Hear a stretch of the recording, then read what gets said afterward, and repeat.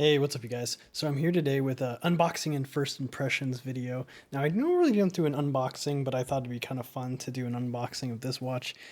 Just because Invicta does a pretty interesting packaging. They have their signature motif color, much like Tiffany's blue. Invicta seems to always package things in yellow. And I'm actually pretty excited about this one, despite this being somewhat of a controversial watch brand in the watch community. I think they actually nailed it with this one, but we're about to find out.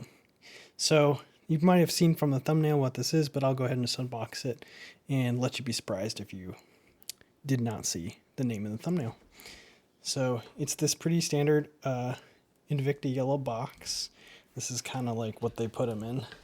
I actually only have one other Invicta, but it was in the exact same yellow box, sans the outer packaging.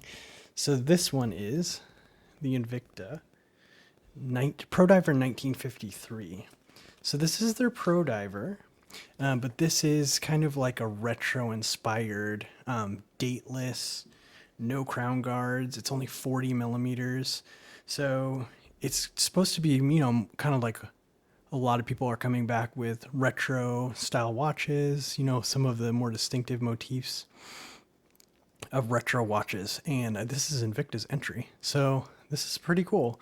I'm going to go ahead and just go through the packaging really quick just to make this an official unboxing. But here's the watch. You get the nice yellow box, you get the yellow cushion, and then you do get instructions. But I'm going to go ahead and move this to the side and polish up the watch. I'll take the stickers off with you, but I'm going to reset up to review the watch. All right, so I got the box out of the way. I did take some time to take a few measurements for you. So here is the Invicta 1953. This is a 40 millimeter watch. It's pretty long. It's actually 49 millimeters on the lug to lug. It's also quite thick. It's 14.5 millimeters thick. It's got a 20 millimeter bracelet that tapers down to 18 millimeters and then jumps back up to 20 millimeters on the clasp. And I did not open this yet. I'm assuming this is just a press metal clasp, but yeah, just press metal. Just a pull clasp. It doesn't have double push to point or anything like that.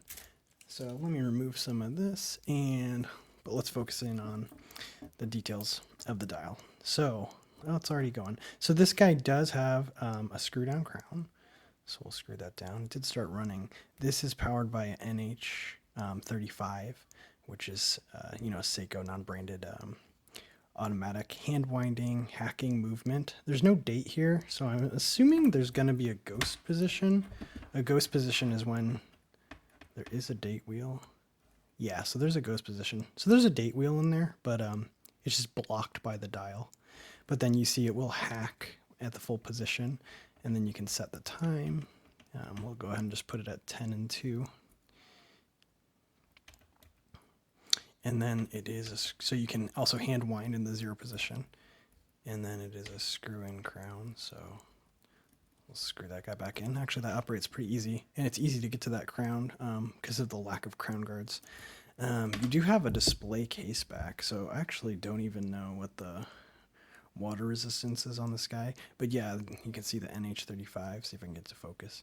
But Invicta likes to do their yellow rotor. It's another sign. They really like the color yellow. So, but this is obviously a reliable movement. It's a 21,600 beats per hour. So it's not the 28 you see with some of the higher beat movements, and you can see that second hand. It's very interesting. They have a tip there on the second hand. You do have, I'm guessing this is 120 click bezel. Yeah, that's 120 click, and that action's actually not bad. Looks like there's a little bit of back play, but it's pretty easy to operate. You have that coin edge style bezel, which I do like, which does make it pretty easy to grip. You have, let's see, what else did I want to cover? So I just don't know the water resistance, but we can go over kind of the case. The case finishing is actually popping out to me as pretty good. You have brushed along the edges here. You have a nice high polished chamfered edge here, transitioning back into brush on the top of the case. And then the bracelet is kind of your three link style. It's all brush. It's kind of blingy, but yeah, I'll pop it on wrist later. And then you have, they're not applied indices. I think they really try to go for that retro look. I really like that gilt railroad. Well, not it's like a half railroad track for the minute track. And the handset is pretty cool. I do like that the minute hand is reaching all the way out to the that minute track, and then the hour is quite long enough so you can see kind of where you're at, and you do have the seconds with that really interesting. It's like a lollipop, but it's right there on the end, sort of like the reverse of like what you see on the Seiko SKX. And then you have like just the re-hot here. So, and you also do have a Lume pip. So let me take the rest of these stickers off. Oh, by the way, I wanted you to see this. Another classic Invicta thing. $695 retail. I think I got this for $105. So yeah, they tend to do that where they put the price much higher than where they actually sell them. So let me stop here. I'll take the rest of the stickers off and we can get a wrist shot. And then what I'm really curious about is the Lume on this guy. So there it is on my 6 3/4 inch wrist. You can see the lug to lug is quite long. I believe I measured it at about 49 millimeters. So it is going right to the kind of the edges of my wrist. I like to keep it from overhanging. This is probably as far as I would go. But the lugs actually look pretty cool. You know, they're pretty pronounced, and you can really, that high polished beveled edge really shows kind of like while you're wearing the watch. Now it is pretty thick, and the sides are quite flat, so it's going to look pretty pronounced on the wrist, I think, but it is only 40 millimeters, so it's kind of the right balance. I don't know. I'll have to try it on and let you know how it looks. Kind of, maybe I'll try it like on a NATO and a rubber. Sometimes that helps with how big it looks. But yeah, it is looking like it's quite thick. I did check on the back. It does say it's a 200 meters water resistance, but I do like that the dial they kept quite clean. You just have Invicta at the 12 o'clock and then 1953 automatic in the 6 o'clock position. There's no date, and they kind of really nailed this. You know, Invicta gets a lot of hate because they make a lot of watches that are really big, a lot of like really out there colors, and just generally not what what some people look for in watches. But this one, I don't know, I think they kind of nailed it. You have a real matte finish on the bezel there.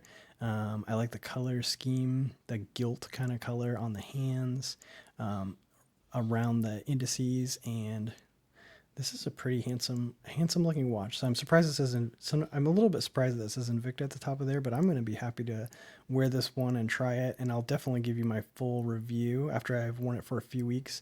But I want to do one more thing. I'm super curious about this Lume, so I'm going to go grab another watch. Maybe I'll grab a few other watches that have killer Lume, and we'll do a little Lume battle.